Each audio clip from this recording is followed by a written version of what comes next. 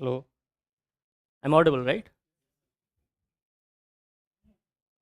नहीं यही नहीं आ रहा है।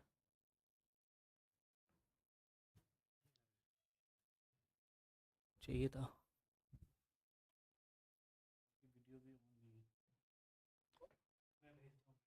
किसी को भेज दीजिए। चंदन जी, विकास को नहीं तो भेज दीजिए। Okay, let's discuss. Let's talk. Uh, all of you law students, obviously. Uh, those online, am I audible? I think audible नहीं है अभी. चलो, we'll talk. How many of you have seen the syllabus? पढ़ा है पूरा? Hi, what's your name? Hi, Abhay. So we have just started. अभी कुछ ज़्यादा नहीं हुआ है. See, the approach is to understand the concepts, right? I'll tell you about a few things. I hope you can correlate with what we studied back in our colleges. Very simply, how many of still have your class notes from the college? Do you think it's important? Why? Why do you think? What's your name? Swada. What's your, so why do you think so? Mm-hmm. Mm-hmm. Mm-hmm. Mm-hmm. Mm-hmm. Okay. Okay. And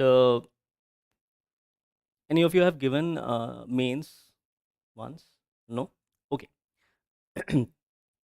Any of other feels that class notes are not important or something?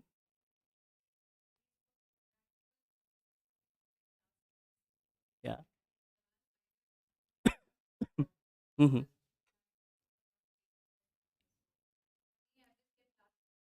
Okay. So I'll start with much simpler question. Which subject you find the most difficult? Which subject you find the most easy?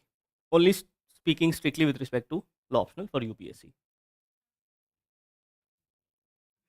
Easy, easy or difficult? Difficult. Anyone else? International or difficult? Enable नहीं किया था क्या?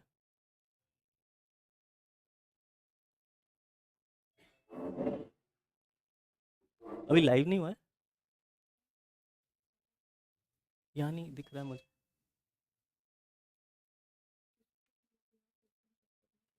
मुझे नहीं पता sir.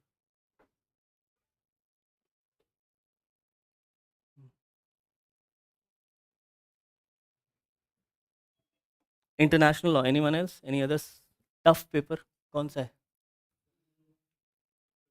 Criminal law. Okay, हाँ, of course. देखो, it will change obviously. Our own understanding changes with different laws. Easy paper. Constitutional law. ठीक है. I have one question for you then for constitutional law. देखो, it's possible that any paper can be easy or difficult for students. It depends on individual understanding and perception about the paper and whatever how we have studied in the college. कभी होता है ना, पास करने के लिए पढ़ लिया. At times we are like, नहीं नहीं, I like this subject, right? Okay, so all of you only preparing for civil services or also practicing?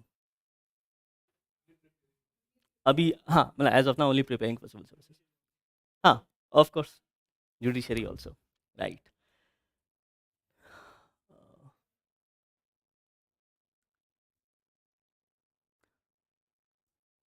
Uh, Good afternoon, everyone. Online people, am I audible to all of you and visible? Video दिख सकता है सबको?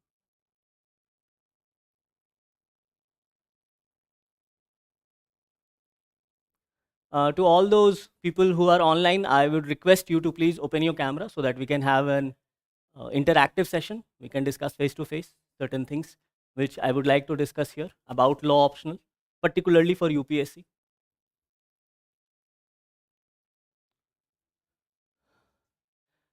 Online people, how many of you are not from law background? Okay, Suhail is from a different background. Which background, Suhail? Yes, please.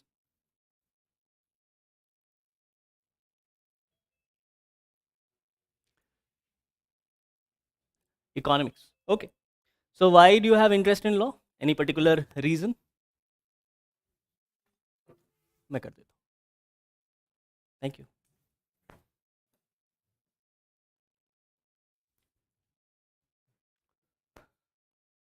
Avantika also economics. So any particular interest in law? See, this is a hybrid class, so I will also be engaging with the online students, right? You can also say, not a problem. Nitesh Jha also economics. Okay, interesting. See, very interesting and useful also for my career in future. Of course it is. And after we become bureaucrat, either we join any of the services, right? We join administrative service, police service, or even say revenue service. For revenue service, we have to study the entire GST law, right? For police service, obviously the entire criminal procedure and everything. Administrative service, you have to study everything. In that sense, you are the person who would be dealing with the rules, regulations, and all those things. So, right. Yes. See, let me explain few things. Let me discuss few things with you. Then I'll take up your doubts in an open session. Right? Okay. Talking about law as an optional subject. As you all know that it is divided into paper 1 and paper 2. Correct? Paper 1 comprises of constitutional law, administrative law, and international law. So I have prepared that. We will discuss each of those things. And paper 2 have majorly three major papers. The law of the crimes, that is the Indian Penal Code. And tomorrow, say if the government comes up with the Bharatiya Nyaya Sanhita, don't worry. Don't worry for that. See, whenever we study any topic, be it international law, be it constitutional law, or IPC, or any subject, torts, contract, first of all, it's important to understand the essence of that subject. We'll discuss few essence today. So as to give also some clarity to the students here and also the online students. Right. So paper 2 have majorly IPC, law of torts, which is the civil law or the civil wrong, which we say, law of contract or mercantile law. Along with this, there are other legislations and contemporary legal developments. Are all of you I'm asking the law graduates particularly, are all of you comfortable with contemporary legal developments? Have you seen what are contemporary legal developments as per the syllabus? How many topics are there? 8, right? So if you look at the previous year's papers, then you see that questions are asked exactly as per the syllabus. So one aspect of law optional is that if we go on a micro analysis of the syllabus, then the questions are asked directly. For example, if we talk about IPC, Indian Penal Code, or the criminal law, then if the term is there about Mensuria or actus reus, which means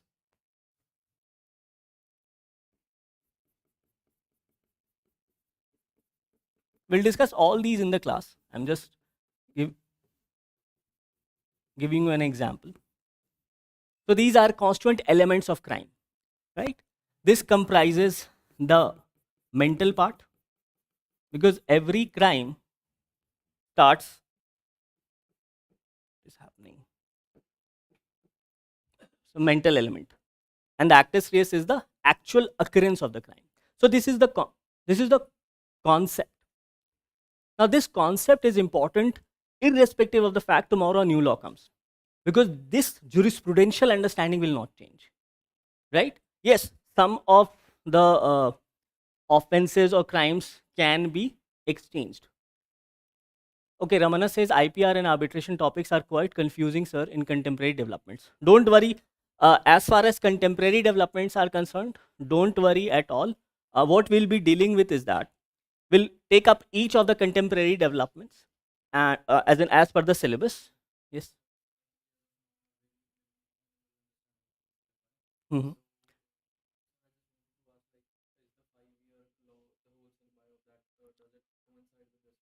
Completely.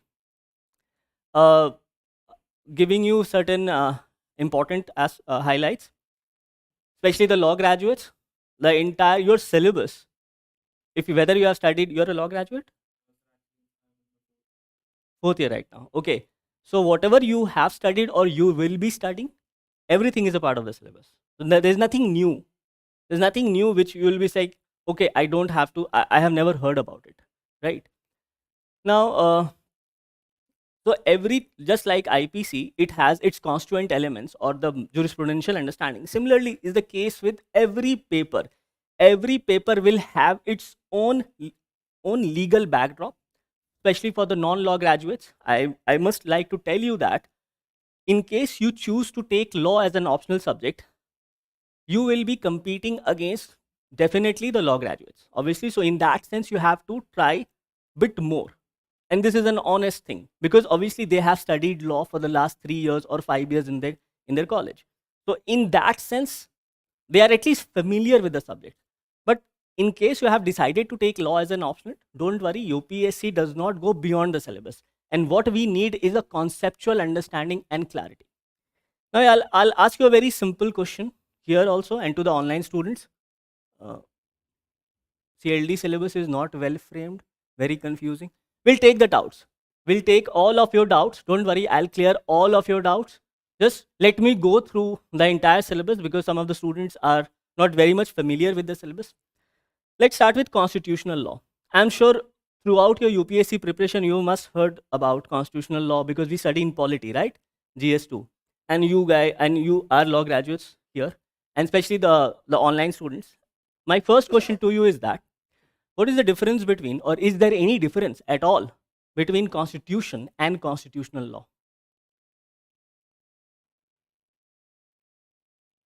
Yes? क्या है? हम्म. Okay. Okay. So there is a law based on which constitution is framed. Okay. Okay. Okay. The first part is right. The second part, let's have more clarity. Yes, online people, what is it? Is there any difference at all, or both are same? But is there any difference between constitution and constitutional law? Okay, the third term comes here is constitutionalism. What they are saying, constitutionalism is like the thermometer of the constitution, how well constitution is being implemented. I was not asking about constitutionalism, that comes later.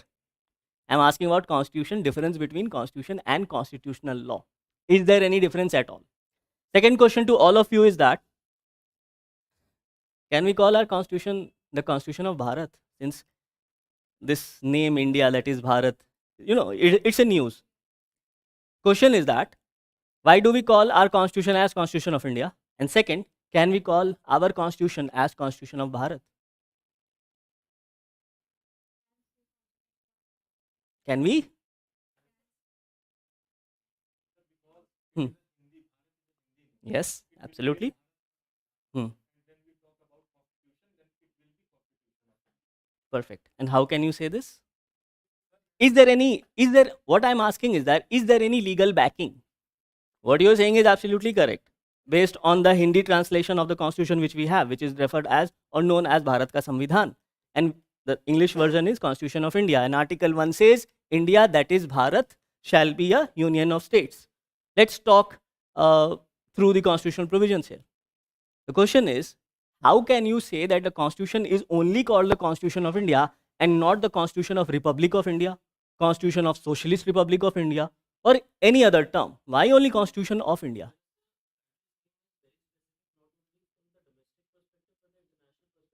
Okay. Hmm. Yeah. Okay. Anyone else? Online people? Yes, please.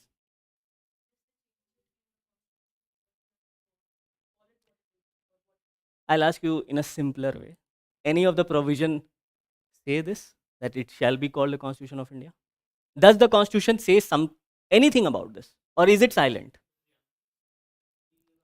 We, the people of India. Sure.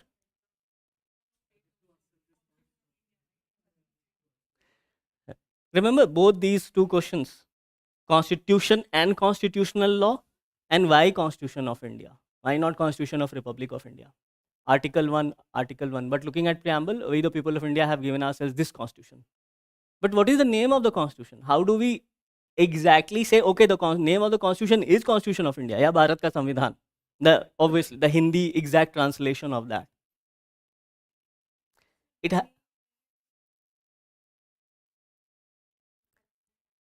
हाँ, law में ऐसा answer नहीं लिख सकते. What if this question comes tomorrow?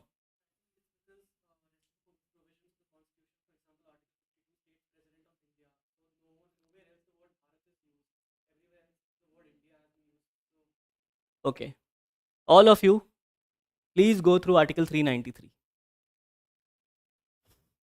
if you have the Bear Act. So, what I'm trying to highlight here is that even with respect to our constitution, we need to learn much more things. Not only with respect to constitution, constitutional law, constitutional morality.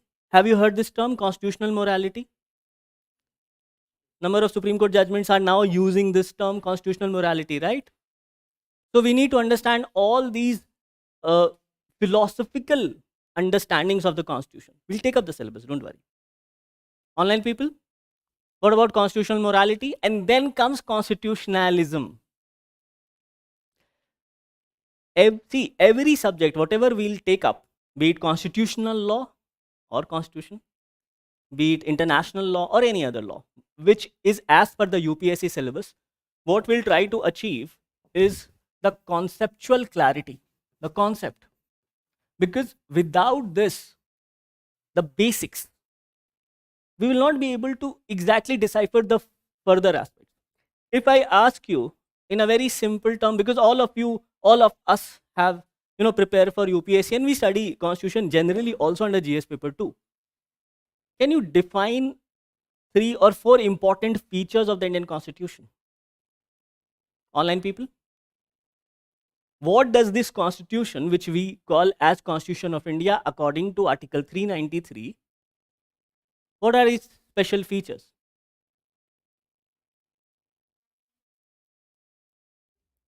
Is it its special feature? Simple question if UPSC asks that highlight the special features of the Indian constitution. Okay, independence of judiciary, separation of power. The separation of power has been exactly written in the constitution. But we assume there is separation of power. It is written under Article 50. Is it written? Online people?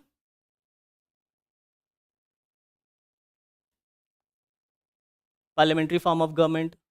Is parliamentary form of government written in the constitution? I'll ask you another thing. When the government in power, any government in power, either at the center or in the states, when they do not have sufficient majority on the floor of the house, then they have to resign. Correct? Is it written? How? Or why such a practice is being followed?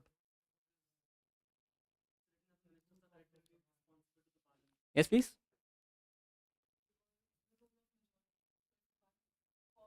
But where it is written? We have to somewhere locate it, right? Online people? No, but structure suggests that it's parliamentary form of government. Okay. Article 74. 72.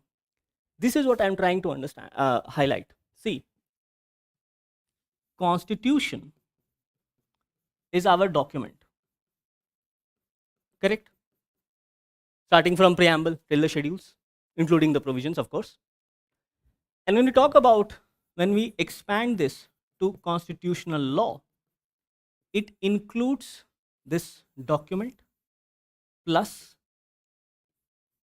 interpretation given by the Supreme Court or the High Courts about the Constitution, right? So interpretation given by judiciary plus certain constitutional conventions.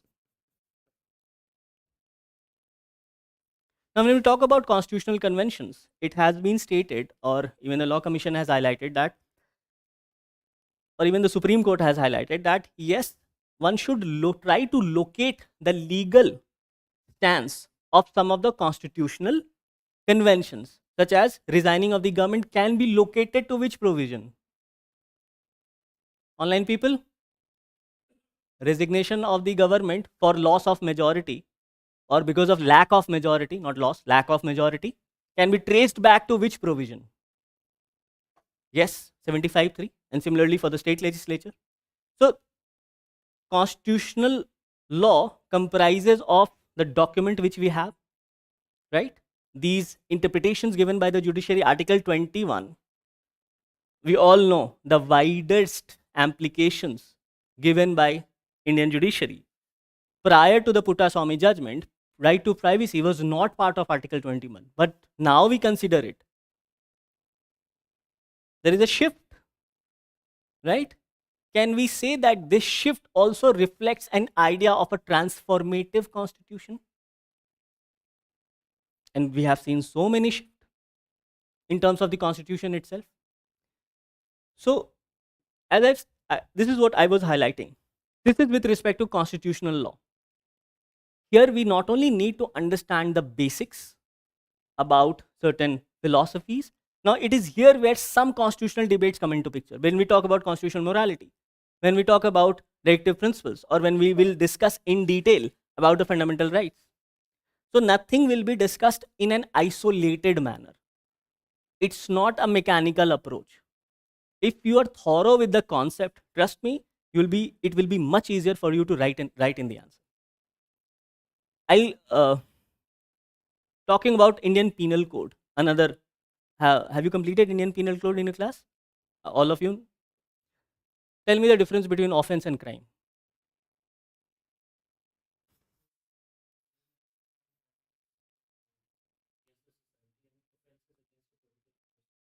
No.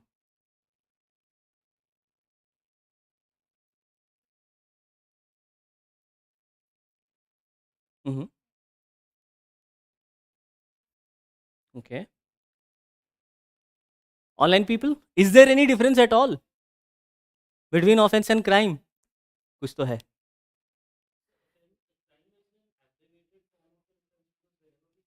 Does IBC define it? That's my question. Now you understand that how we need to study a particular concept. On the same note, as I mentioned that any offense, I mentioned the term offense or crime. Offense or crime has to constitute these both parts, the mental element and the actual act, of course. Is it possible in India that there can be certain category of offenses where this is not needed? Despite the fact that there is no mens rea, yet there can be certain offenses against the state. Okay, yes, one of the offenses, or any other socio-economic legislation. Strict liability, absolutely.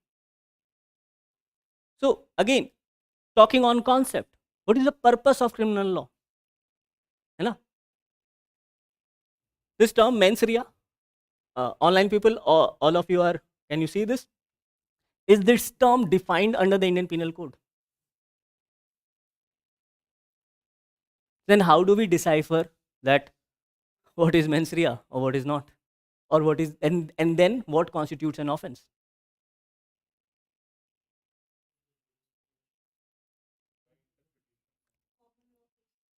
Common law cases, do we follow common law as in, okay, yes. Hmm. Yes. Three terms highlight mens rea. And these three terms are intention. Sorry.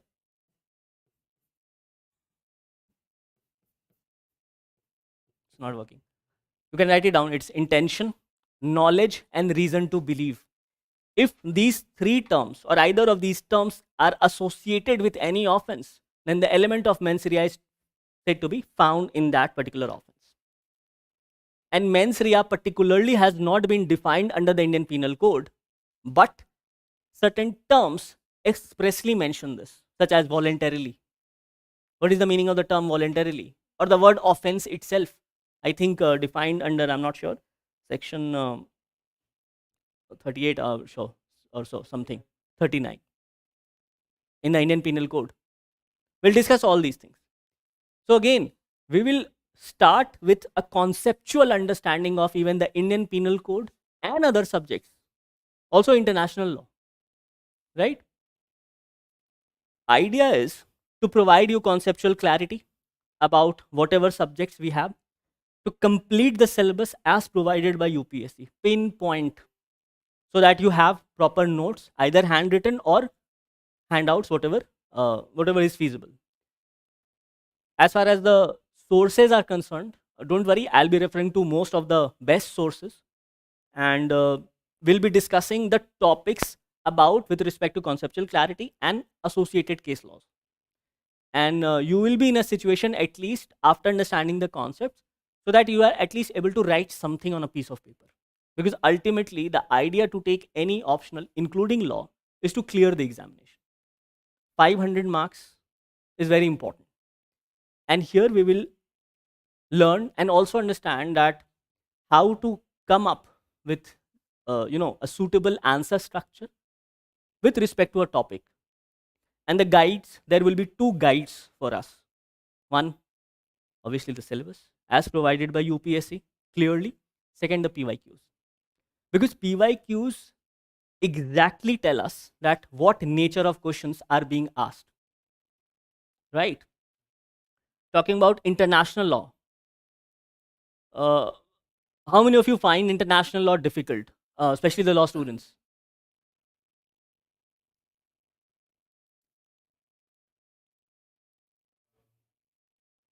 Okay.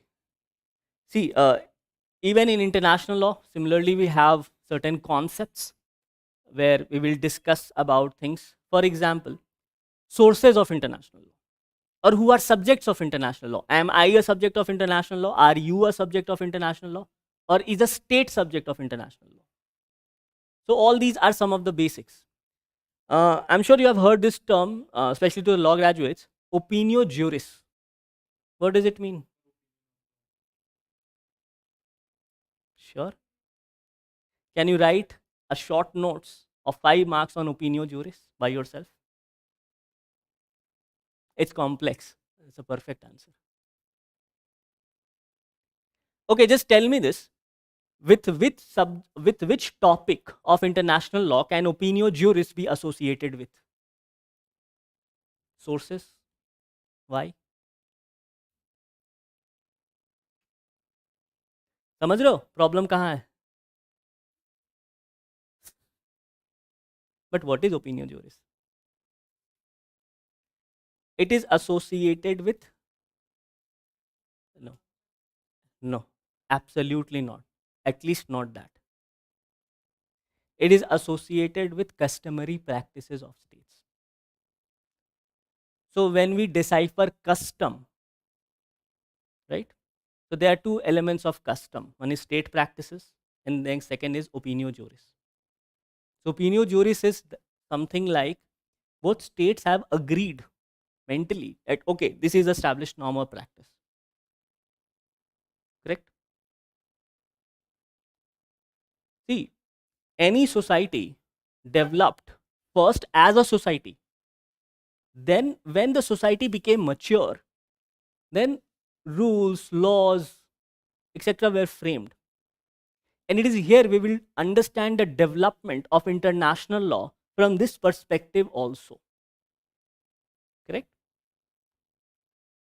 So, yeah, opinio juris is basically what state actually practices as a part of customary law, and what state intends to practice, whether state intends to do that or not. The mental element is the element of opinio juris. So first of all, to understand opinio juris, we need to locate it with certain subject or certain chapter of international law, which is customary law. Right? So I hope you have understood how we will be proceeding with the subject as such. Right? So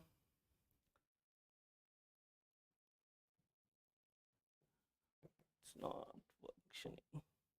Suppose there is a citizen of India.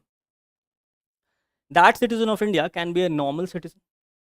That citizen of India can be one of the representative of the state. That citizen of India can be a bureaucrat. That citizen of India can be a member of judiciary. That citizen of India can be any other person not associated with the state. Right? Again, the term state, Article 12. So this citizen of India is empowered by the Constitution. The Constitution specifically provides the correlation between different organs of the government on one hand.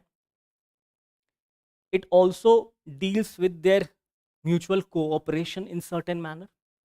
Along with that, it also talks about rights and duties of citizens and also persons. What does the Constitution provide for other than this?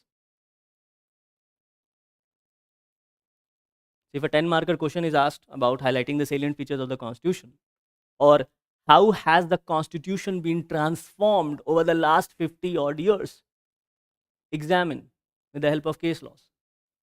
So we need to understand the elements of the Indian Constitution or the Constitution of India, and then only we can understand that how judiciary has helped to expand the ambit of the Indian Constitution, right? So all these things will be taking up under constitutional law and administrative law. Now, why administrative law is important? What do you think that why UPSC has added administrative law along with the constitutional law? Administration purpose, okay. Online people, most relevant to officers, okay.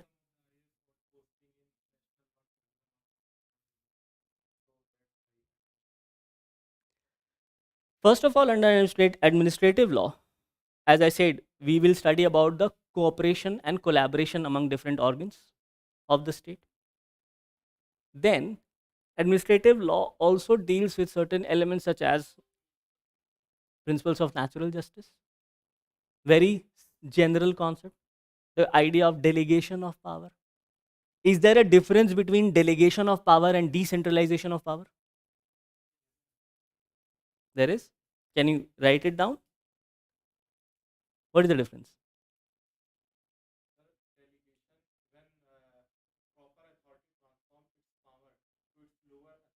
Yeah. Hmm.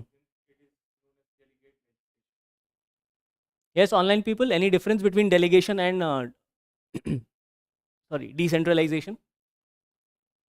Delegation is discretionary and not permanent. Okay. Is decentralization permanent? So we need to understand all these things. Right. So this is your paper 1 according to the UPSC mains examination, constitutional law and administrative law. So if you look at the bottom end, then certain elements of administrative law has been provided, principles of natural justice, delegation of powers, ombudsman, all those things. Then obviously we have the complete international law. Now, according to me, this is one of the most important paper, because here we are studying 3 most important subjects. International law, and if you go through some of the questions asked by UPSC in the past, especially on international law, you can directly correlate it with the syllabus, but of late the questions have become a bit technical or bit conceptual, as you can say. So please go through the UPSC questions, right? And please understand that UPSC, the PYQs gives us a sort of a guide that, okay, this is what has been asked on a given topic, for example, and based on this, you know, this can be expected, or at least this is how one should approach a particular topic. Moving to paper 2, we have law of crimes, is the IPC. Even if it is changed tomorrow, the jurisprudence remains the same. Don't worry for that. What we'll be only dealing with is the different sections, nothing else. But other than that, we have certain legislation also, including prevention of Corruption Act 1988. So questions have been asked on this topic. Protection of Civil Rights Act. Now, this can be associated with the concept of substantive equality and social justice. Has UPSC asked question on substantive equality? Then we have law of torts along with this Consumer Protection Act 2019, Contract Act, along with that Negotiable Instruments Act and Arbitration and Conciliation Act and CLD, Contemporary Legal Development. Is it clear online, people? This is the syllabus. You can see it. So this is paper 2. That was paper 1.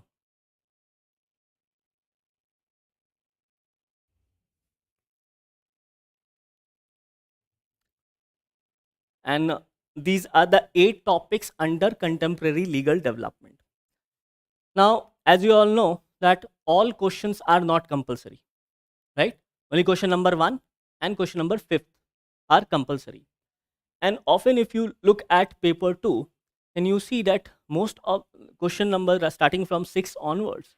Number of questions are asked on these topics, the contemporary legal development. And if you are thorough with this chapter of this topics of contemporary legal development, as the name itself suggests, that the legal developments are asked based on whatever has happened in the last few years.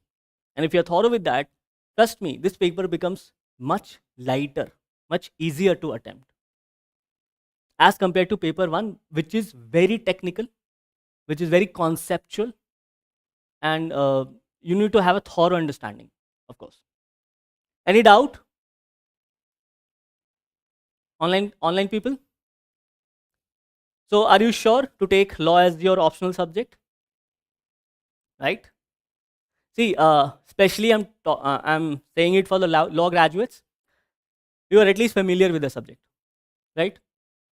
You know the terms. The concepts may be new in terms of your understanding, but this will add as value enrichment for your optional. For those who are from non-law background, first thing first, yes, it's a new subject, but just if you have taken any other optional, that would also be a new subject for you. It's tremendously useful in a sense that you not only develop a better perspective of our society and the legal development, but also the fact that it gives you a complete understanding of GS2. GS2, because there we have polity and governance along with international relations, correct? Here we are studying international law and also certain legislation of social justice. But answers में difference होना पड़ेगा. The answers have to be slightly different. Don't do this. A general answer in your law optional and a very specific answer in your GS2. That should be avoided. We'll discuss all those things. After doing LLB, when you were asking some questions, have I realized what have I learned in my... Okay. Sorry. Not to be read. How much time will it take to cover the syllabus?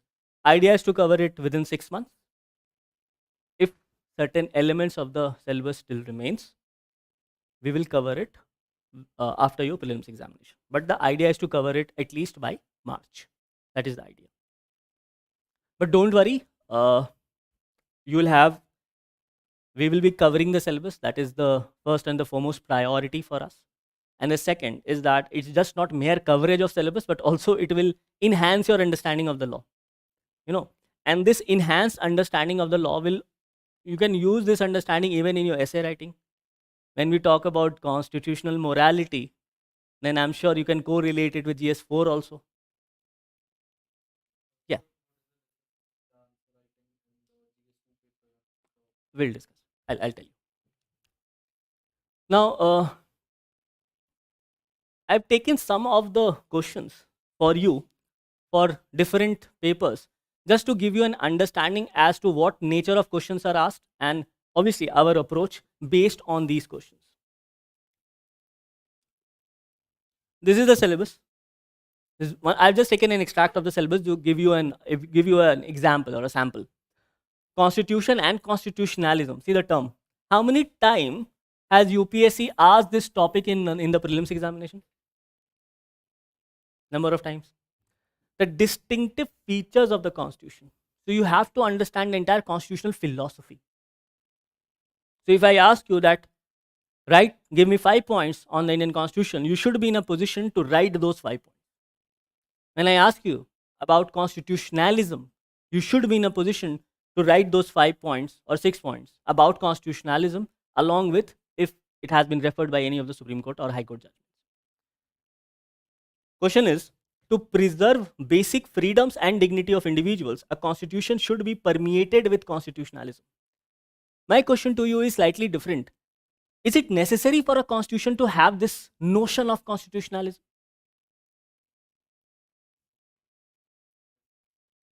Is it necessary? So there can be a constitution devoid of constitutionalism. So constitutionalism is a very, it's a concept which limits the power of various organs of the state. And it is based on the idea, or rather the reverse of the idea, that power corrupts and absolute power corrupts absolutely. So you can start with the statement of Lord Atkin. That's your introduction. You're understanding? So again, see, directly a question is asked based on what has been provided in the syllabus. Fundamental rights.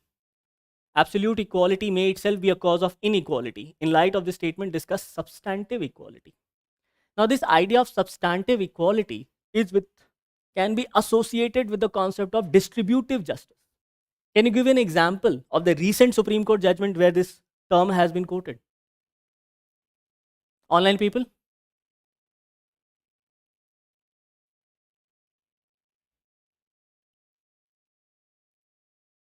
In the NEET judgment with respect to the All India quota scheme, where it was being discussed whether reservation should be provided to the postgraduate students. It was there where the Supreme Court highlighted that let's not confuse reservation with fundamental rights. Both run parallelly within the system. Based on this, a direct question was asked. So again, contemporary legal development, we also need to have clear focus on certain legal developments going around us. So reading of newspaper is important. One must be aware of what, at least the important landmark judgments, which is there. See this question asked in 2009. Define and distinguish between formal equality and substantive equality as interpreted by the apex court of the country. Are questions repeated also? So that is the essence, or that is the benefit. I'm not saying the question will always be repeated. No, it will not happen. But in chance, if by chance a question is repeated on the same topic, at least you are aware about that topic because you have gone through the PYQs. So our discussion will be conceptual clarity, your notes, or our discussion, and it will not be a monologue. I will be asking you to come prepared tomorrow. We'll be discussing X topic, Y topic. We'll have a discussion. I'll seek your opinion. I'll also have a clarity about your understanding, and then I'll be providing you class notes. Based on that, some assignments, so that I want to check whether are you in a situation to write those topics by yourself. And please remember, we do not have to become a legal scholar here. The idea is to clear the exam. Simple. Prepare the syllabus, clear the exam, take it just like any other optional. We are not here to, I'm no one to give you any degree or to make you a legal scholar, because even I'm not. I can only guide you in certain sense to score well in your examination by understanding the nuance and the demands of the question.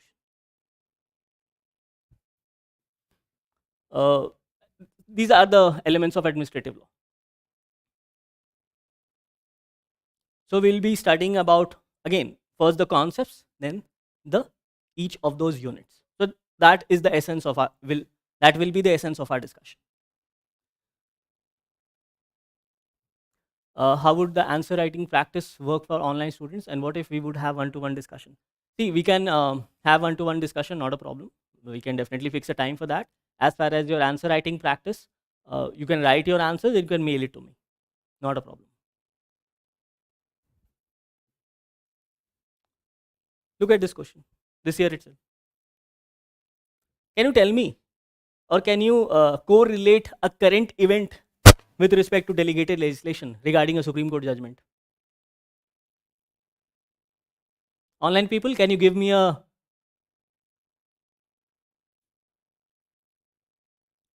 can you associate it with any recent legal development? The Supreme Court judgment on demonetization, where the issue of delegation of power was there. I was discussing about the difference between delegation and decentralization, right? According to Professor Salmon, he says that delegation of authority can only be done by some person in power. So only he can delegate, means allow the juniors to carry on with certain functions. But if this power authority cease to exist, then delegation cease to exist. Simple. So delegation, there is a superior authority, it allows the junior authority to carry on with the work. That is the basic function of delegation. But excessive delegation is also not allowed. Either any of you remember Hamdard Dawakhana case? Excessive delegation not allowed. Uncanalized, unchannelized, unrestricted delegation not allowed. So there is a limit. So everything is under checks and balance. Even the administrative actions are under checks and balance. How many hours in a day? 2 hours, 1 to 3, from 1 p.m. to 3 p.m.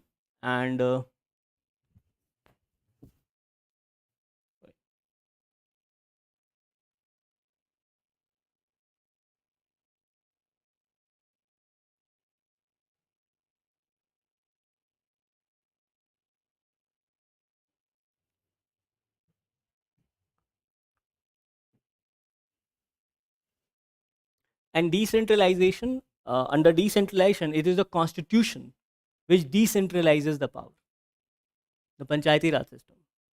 It's not delegation. Some example of international law, the syllabus and the PYQs.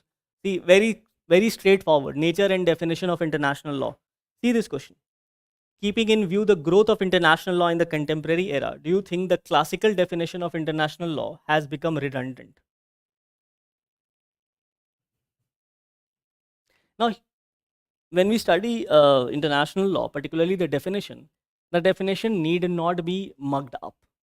There is a clear understanding as to why the definition changed over a period of years. Because new sources were added.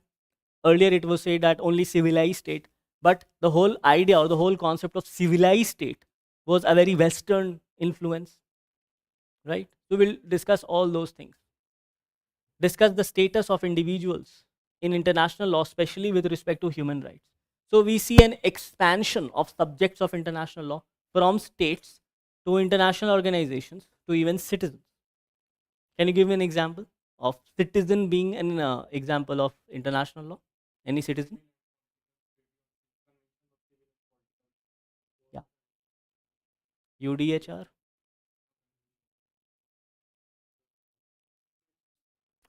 Perfect.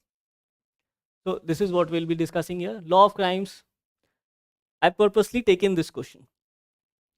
On Mensuria, more or less every year or an alternate year, questions are asked. Directly mentioned in the syllabus.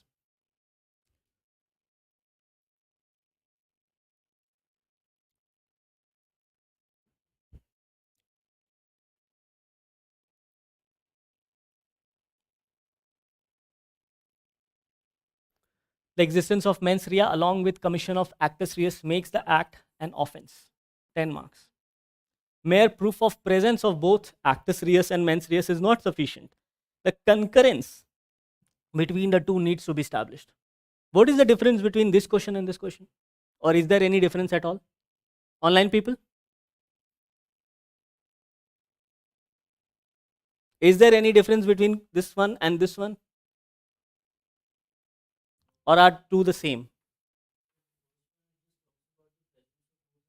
Yeah. Yes. Yes. See, the concurrence, this is the difference. They have to be in sync, as you said. Even without mens rea, there are certain acts which are offenses under the Indian Penal Code, enumerate. So exceptions to mens rea. So UPSC is also asking very relevant question, yet those questions are based on certain concepts. That is the point.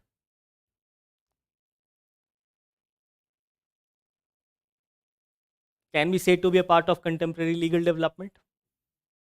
Attempt to suicide was there in news. Mental Health Care Act was also in news. So contemporary legal development, obviously it's a part of the syllabus and those 8 points. But other than that, any development which is taking place, and that development, if they can be associated with other part of the syllabus, definitely that becomes an important element for us also for law optional. Hmm.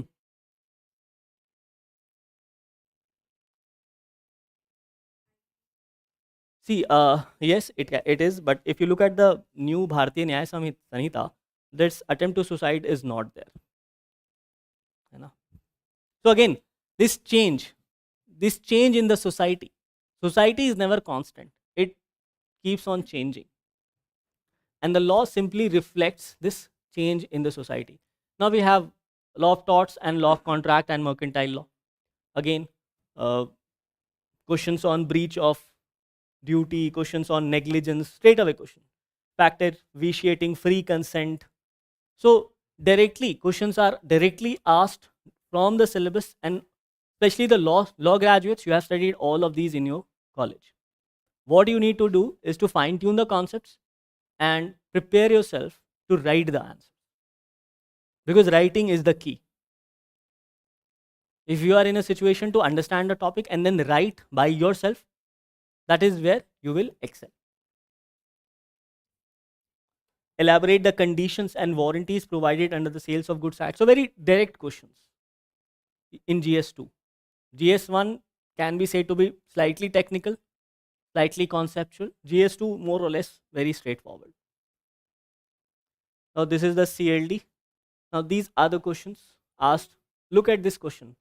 Have you seen GS2 question this year?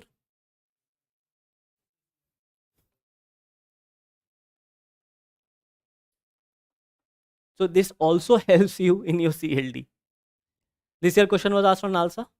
NALSA is syllabus under the IPC, I think.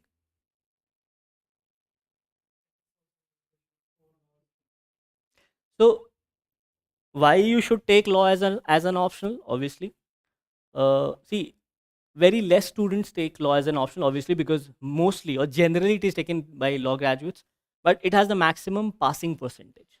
The maximum students clear by taking law as an optional subject, because yes, it's a technical subject, but at the same time, if you have conceptual clarity and you are in a position to write those answers, then definitely you should take this as an optional.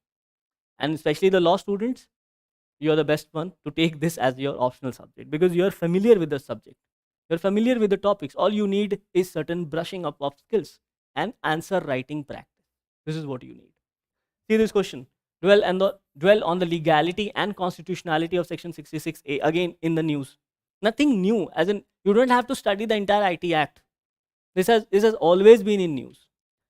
This one, Environment Protection Act. Now this year it's quite possible that questions may be asked on the recent amendment which has taken place in the Competition Commission Act 2023, the Forest Conservation Act 2023, because it straight away conflicts a Supreme Court judgment, right? So this is a possibility. Let's see what the paper comes on 24th.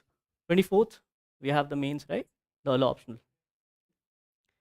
Discuss the symbiotic relationship between media trial and fair trial with reference to judicial approach. Again in news. So much in news. So the contemporary legal development we'll discuss about the topic itself, of course, and you'll have the notes. Don't worry. So this will be the approach, more or less, conceptual clarity of topics along with case laws, because ultimately you need to have your own notes, right? Followed by some class notes, handouts, or assignments. Depends on that particular class. This will go simultaneously, of course. And the handouts which will be provided will contain these PYQs. So don't worry for the PYQs. because I want to give, I just don't want to give you the PYQs just on like okay, these are the questions asked in IPC, these are the questions asked in constitution. I want to give you subject specific or topic specific PYQs so that you are prepared even with respect to that concept itself. And there will be 8 sectional tests and 2 full length tests. So any doubts from your side? Is law a scoring subject? Men, see, toppers have scored around 270 to 300 marks. If you write according to the demand of the question, then definitely law you can score at least 270 to 280 marks. And please don't forget that when you are preparing for law, indirectly you're also preparing for GS2. So there is also an impetus in your GS marks also. It will also give you a boost in your GS scores. So don't just look at it in terms of, okay, I have scored this much in law optional, but ultimately it will give you a clarity about the subject, and that clarity will further help you in GS papers along with essay writing and GS4. Should I go with law optional? I am confused. See, Sohel, since you are not from the law background, go through the syllabus, go through the PYQs, and ultimately it boils down to your interest. Because the idea of taking any optional, as I've said, including law optional, is not to become a scholar of that particular subject, is to clear the examination. I'm telling it is to you also. If you think that you can master any other subject and clear the examination, go for that subject. So your interest, along with, look at the materials available, look at the notes available, and also look at the PYQs along with the syllabus. Please go through the syllabus. Law graduates, I'm telling you, because at least you are aware about the syllabus.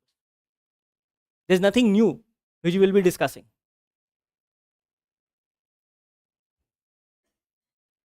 Is it important to mention case laws in each and every answer, especially in torts and contract?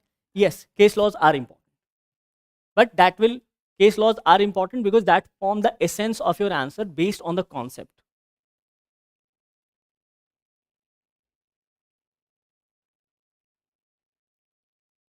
Will students have online recorded classes available in case someone is not? Yes, online classes will be available. The recorded classes will be available in case you're not able to attend.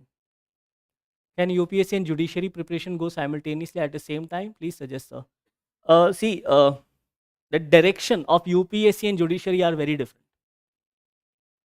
And the syllabus also, the approach of the syllabus and the nature of the syllabus also is very different. So it is up to you whether you want to go for civil services or judiciary.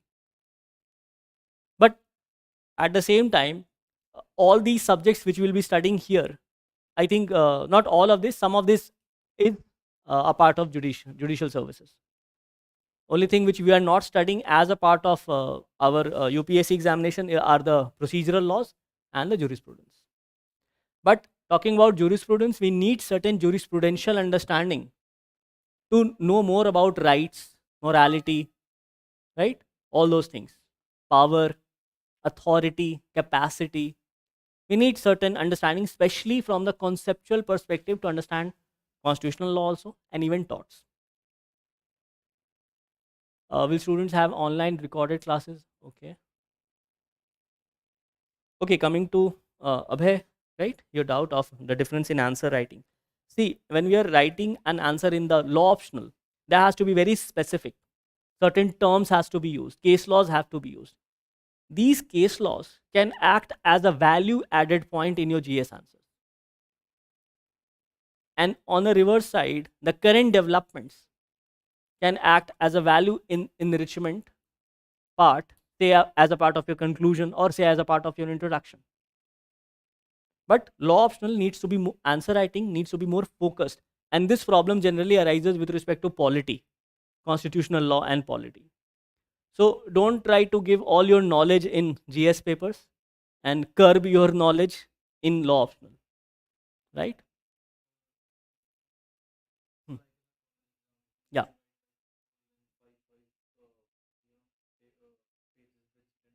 Hmm.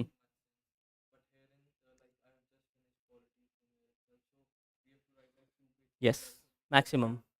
Because if you have seen the question, it's 10 marks, 15 marks, or maximum 20 marks, right? So here the approach has to be crystallized. Yes, same 10 marks question. You have to write in 150 words, right? Specific.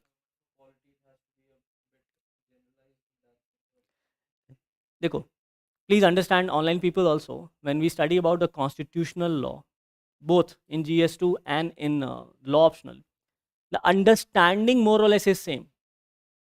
When we will discuss about Shamsher Singh case, the understanding will be the same. SR Bommai case, the understanding will be the same. Or when we'll discuss about the correlation between fundamental rights and DPSP, the understanding will be the same. But the approach will differ. Here you have to write from Champakai Dorabjan to all those developments in a judicial chronological order, if it is required by UPSC. There you need not write so many case laws. But on a value added side, if you look at the way UPSC has started asking questions in GS2, they started asking a lot of questions based on case laws. So this preparation will definitely help you. For example, yesterday's question on Competition Commission, what was the question? Question was that how has CCI with respect to used its abuse of power with respect to dominance, and refer to the case laws regarding the MNCs. At least if you would have studied, you could have at least mentioned about Section 4 of Competition Act.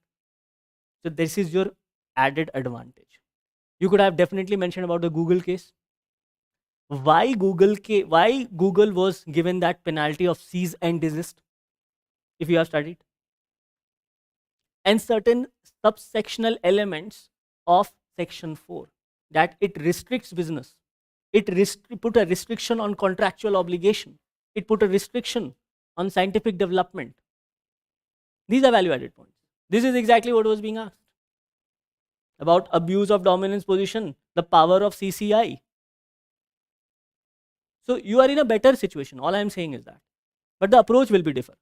If the same question is asked in the law optional, you have to write specifically about Section 4 and the subclauses. There you need not write that. You're getting the difference. There a cursory understanding, even Section 4 is more than enough. But here you have to write particularly about Section 4 and its constituent elements, this, and this, along with the case laws, including the name of the cases. If it is asking about case, for example, yesterday's question in GS2, they were asking about case law. So you can mention about the cases. Here also you can mention about the cases. But again, it will depend on what nature of questions are there. Don't worry, when we'll discuss in the class, I'll make you write a separate answer for that also. Don't worry for that. There are so many specific acts, laws in environmental law and IPR, so all those acts needs to be covered. The answer is yes. See, when we talk about Copyright Act, like talking about intellectual property rights, say Copyright Act, Patents Act, all other acts. If you go through the PYQs, previous year's questions have been asked particularly on specific events. For example, there was an amendment in the Copyright Act. That amendment was asked.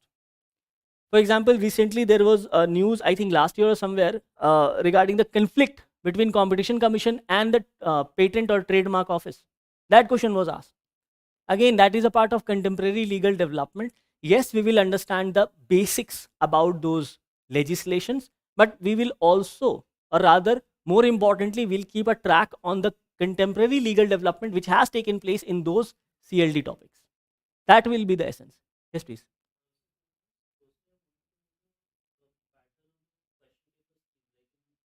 Hmm. Hmm. The first question, paper 1, first 5 question. So far, this is what have been. UPSC might change it even this year. First 5 question, 10 marks, compulsory, right? Same with paper B, first 5, 10 marks, followed by question number 2, 3, 4. So 2A, 2B, 2C, 3A, 3B, 3C, 4A, 4B, 4C. First question will be 20 marks, 2A, followed by 15 marks. 3A, 20 marks, 15, 15. So 10 marker, 15 marker, and 20 marker. Based on the last 5 years, I can say this. But if you go even prior to that, questions were being asked of 25 marks and even 30 marks.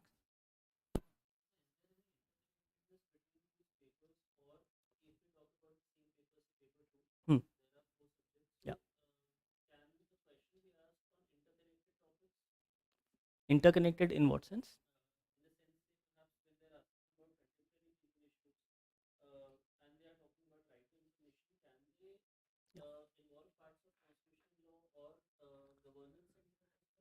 Can.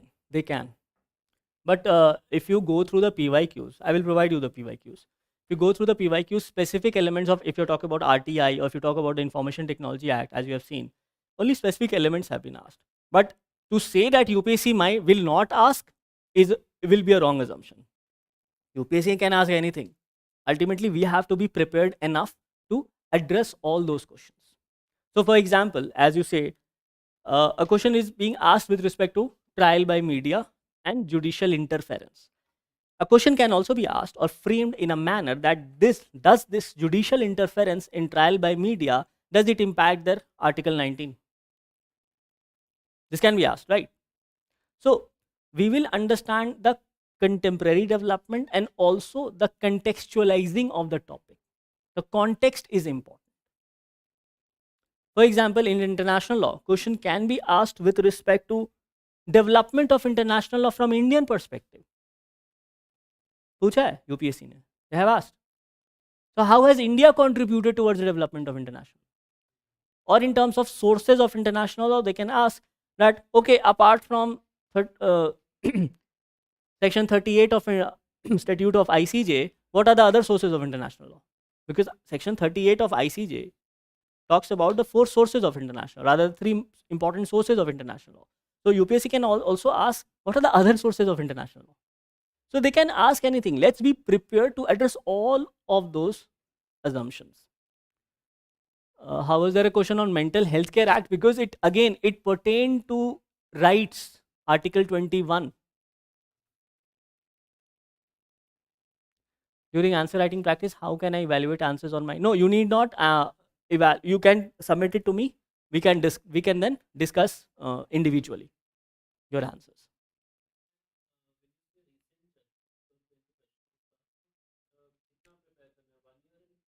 Don't worry. When we will depend on which topics are we studying. If you are studying fundamental rights, we will discuss in a broad detail.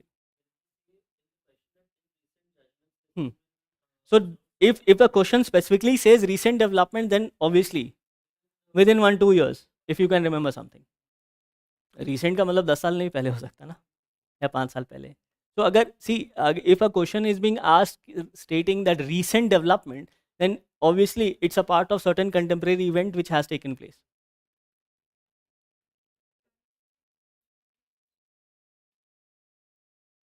Judgments you can make.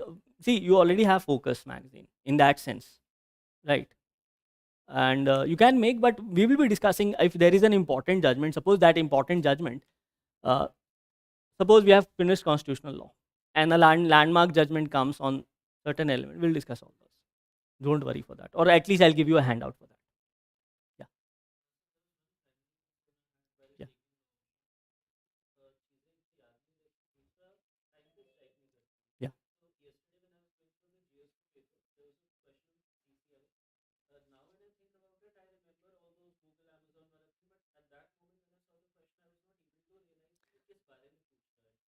See, see, to first thing, you cannot mug everything. First of all, second, when we see the syllabus, the regulatory bodies, then we have to understand that okay, certain elements was there in news. इस case में, either you could have, suppose you were giving the exam, either you could have remembered it or you could not have remembered it. That will only depend on how much you are thorough with your preparation. At least you could have written about the dominance part, the abuse of dominance part of CCI, if not the case laws. So this becomes a part of contemporary legal development. So from now onwards, now I know what are the cases are there in the competition law with respect to abuse of dominance or even other cases. Suppose 6 months down the line, a new case comes prior to the examination, that will be covered. Just prior to exam, I will provide you certain handouts for that. Need not worry. That much I can guarantee you.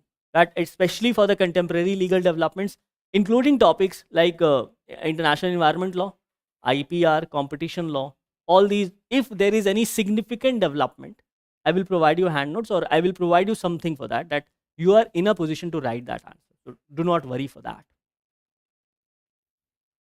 Online people, any other doubts? Is law a static subject or a dynamic subject? Law is a conceptual subject, and you have to understand the concepts. So if you can consider concepts as static, then it comprises both elements. And if you go through the nature of the questions, particularly constitutional law or paper one, the questions have been asked in a more philosophical bend of late, or you can say a more jurisprudential bend. So you need to have that kind of understanding and clarity to attempt those questions. How to keep ourselves updated when there is something significant development and new case arises. Uh, if it corresponds to the syllabus, you will be provided with that. Do not worry for that. How to remember and retain all the topics? It's not possible. Honestly, I will not lie. It's not possible. But we can contextualize the topic. Suppose if we talk about today, if I talk about CC identities, you can remember this case. If I say opinio juris, I'll give you a set of case laws. That when we say opinio juris, this is the subject and these are the cases. We'll do that thing.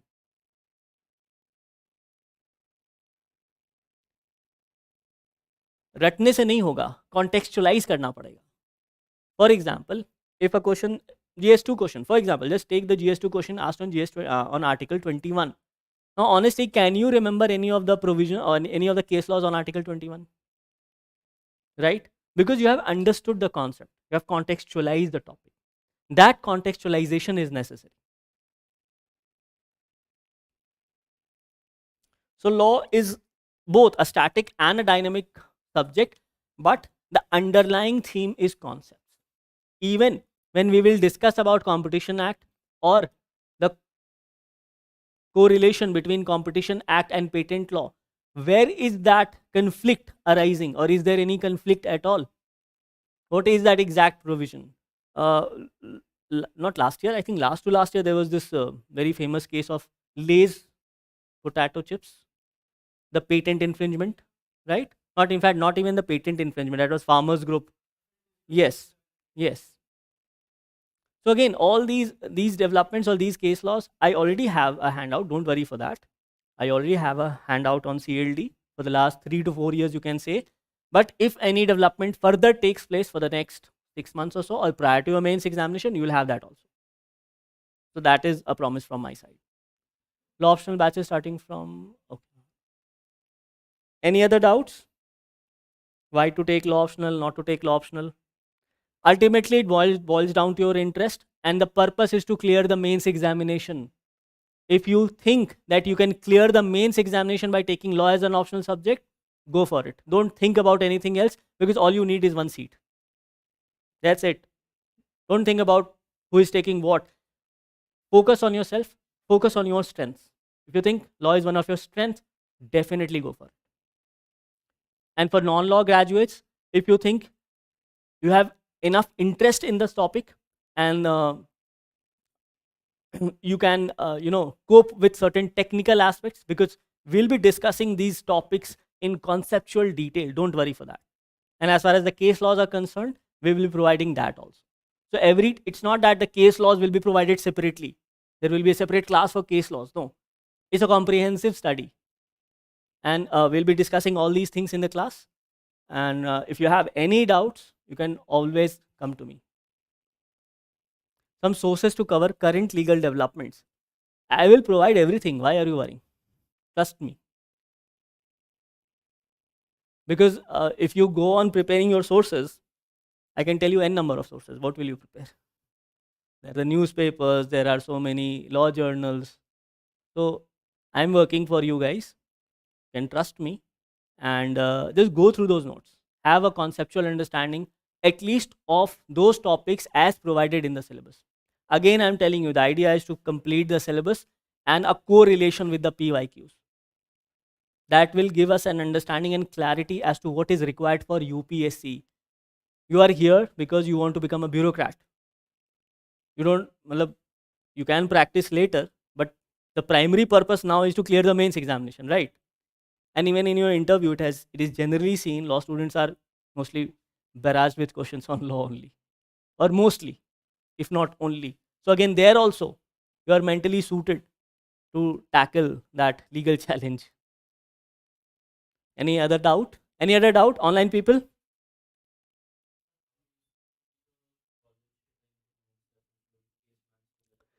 देखो, college के notes भी उतने ही important हैं. Those are also important. Only thing is, you have to find out whether they are in sync with the requirement of UPSC. As simple as that. The judgments will not differ. Shamsher Singh judgment will not differ. I'm sure you must have studied that. A.K. Gopalan case will not differ. ADM Jabalpur case will not differ. But here we will understand it in a different way, because here we'll discuss about the transformative nature of the constitution. From ADM Jabalpur, from father to son. You know? How that change, or why that change? What does this change reflect? What is the meaning of constitutionalism? Why it is an important element to restrict the powers of the organ of the government? Or can a constitution be envisaged even without constitutionalism? So again, all these things, when we study law in the college, topic is same, subject is same, the approach is different. That's all, nothing else.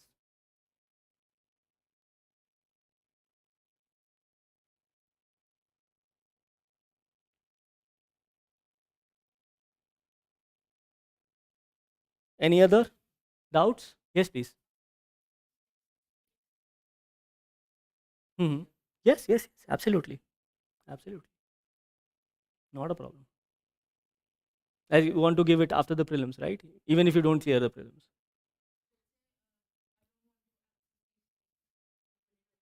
Hmm. Yeah. But I'll suggest you to write the test, because you will be then in the loop. My suggestion to you is this: not about the fees or anything else, it's about your preparation. Because see, we are floating this law optional batch because the idea is to help students as much as possible, and to also to provide right guidance in terms of answer writing, also understanding the syllabus, the nature and requirement of the subject, and all those things. And answer writing is an essential part, because it's a written test. As simple as that. If you're not able to write what you have understood, then there's no point. Very simply, you need to write what you have understood. Yes, there will be class notes, there will be handouts, every facilitative arrangements will be there, but ultimately you will be on your own that day. We are here to prepare you for that, prepare you mentally and also intellectually. Is there any difference in law optional answer writing and GS polity answer writing? Yes, there is a difference in answer writing.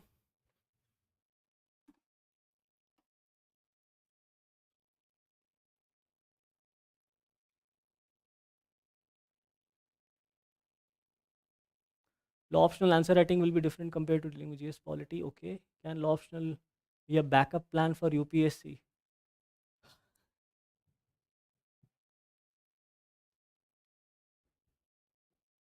UPSC should be the backup plan for UPSC.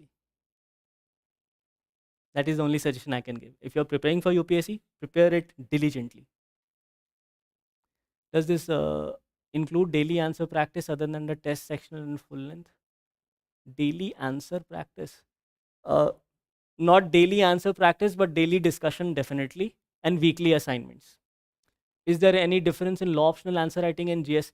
Yes, as I was saying earlier also, in law optional answer writing, the answers have to be very specific according to that law. And specifically, if we talk about constitutional law, the provisions have to be there, the case laws have to be there. But in your GS, it will depend on the demand of the question. In terms of understanding, there is not much of a difference, but the approach in terms of answer writing will differ. There, the answer will be comparatively general in approach. Here, it will be very specific in approach. Where acts also important while preparing for optional? Yes, very important. Where acts will be important. In fact, when we'll study international law, I will ask you to have certain handouts. For example, the statute of ICJ, International Court of Justice. For example, VCLT, the Vienna Convention on the Law of Treaties, because only then you will be able to understand the elements of those topics, sources of international law, customary law, treaties, all those things. Share your email ID. Yeah, sure.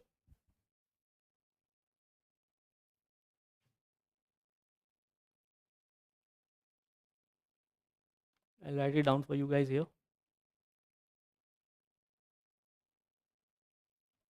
I'm telling you again, take law optional only because you can clear.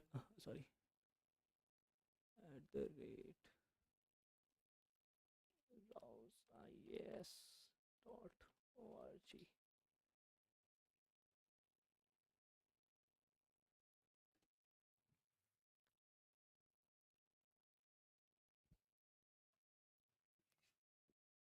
And again, the idea is to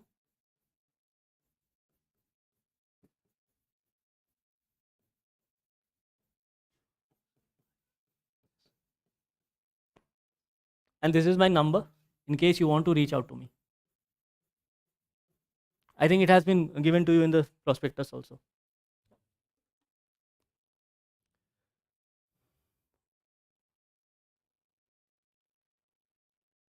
Any other doubts, online students? Any other doubts here? I hope I have given you enough clarity. Very useful. Honestly. See, it's not about any big book or a small book. If that Dukki gives you enough concept to write in the exam, then why not? Don't go with this notion कि मोटा मोटा किताब ही पढ़ना है. The idea is to understand the topic. If Dukki helps you there, definitely. We will be referring to multiple sources. I'm telling you again, for sources, I'll be referring to multiple sources, including the Dukkis, along with the important textbook. For example, international law, I'll be referring to Malcolm Shaw and the Dukkis, or any other book which I feel is important. For constitutional law, say MP Jan or even Dukki. Don't worry about sources, worry about the concepts. You know what are the standard books. We have Bangia for torts, Avtar Singh for contract, right? So these are the traditional books. These are the standard books. Yes. Yeah.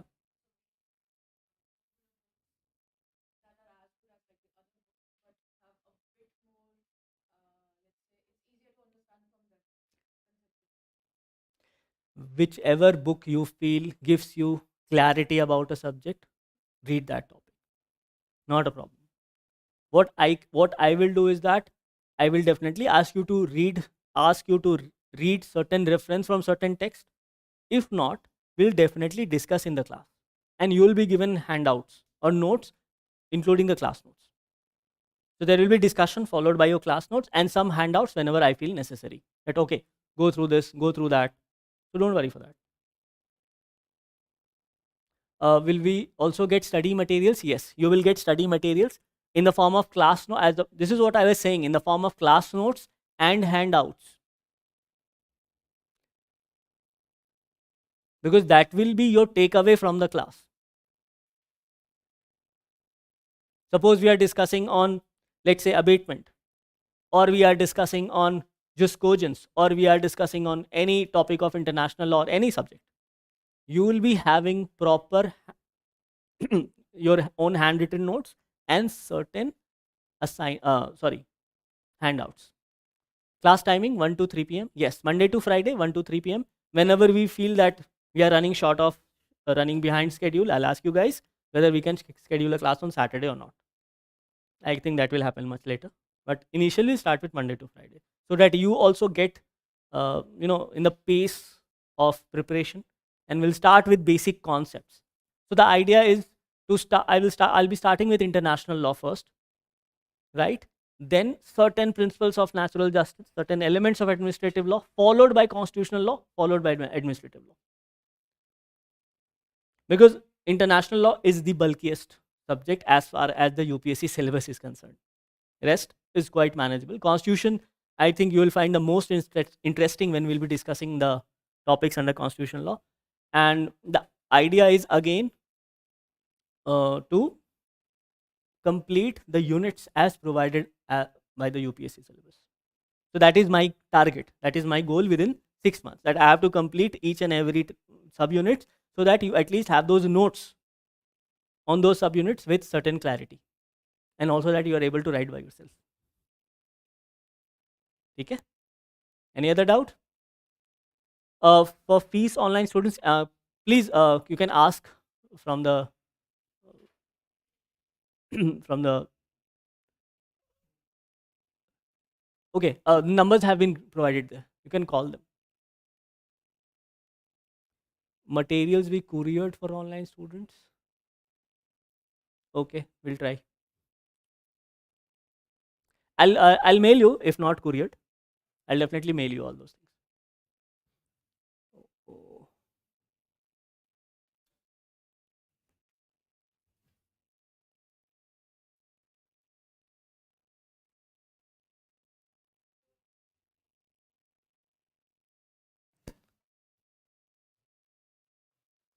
Okay then. Can we wrap up this session then? Any other doubts, online students?